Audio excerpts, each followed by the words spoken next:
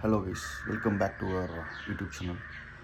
So already தமிழ்நாட்டில் பார்த்துருப்பீங்க. So நம்ம பைக்கில் பார்த்தீங்கன்னா ஃபாக் லைட் ஒன்றும் ஃபிக்ஸ் பண்ணவே இல்லை. ஸோ நைட்டில் போகும்போது கிளியராக இருக்க மாட்டேங்குது ரோட்டில். நைட்டில் அவ்வளோ கான்ஃபிடென்ட்டாக இல்லை. ஸோ அதுதான் ஃபாக் லைட் வந்து அப்கிரேட் பண்ணலாம் அப்படின்ட்டு சொல்லிட்டு தேடி பார்த்தேன். LIU HGG பிராண்ட்லேருந்து ஒரு ஹெட்லைட்டு புது மாடல் ஒன்று வாங்கியிருக்கேன்.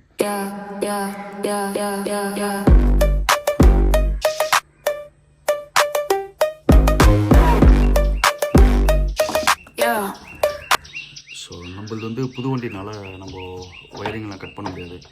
ஸோ அதனால தான் ஹார்னஸோடு வாங்கினேன்.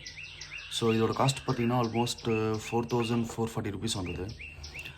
ஸோ பார்க்க நல்லா இருந்துச்சு, அதான் வாங்கினேன். ஸோ ஸ்விட்செல்லாம் வந்து அவங்களே கொடுத்துட்டாங்க. அண்ட் இதில் மேனுவலில் பார்த்திங்கன்னா நமக்கு ஏய் என்னடா இது வசனமே புரியல.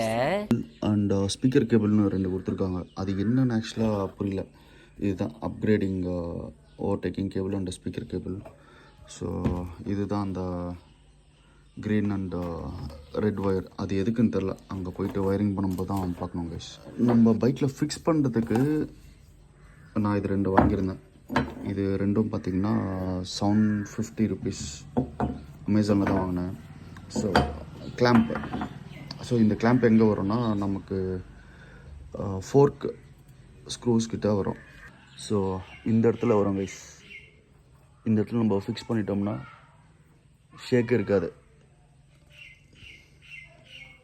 லாங்கு போகும்போதுமே வந்து நமக்கு லைட்டிங் வந்து டிஸ்டர்பன்ஸ் இருக்காது.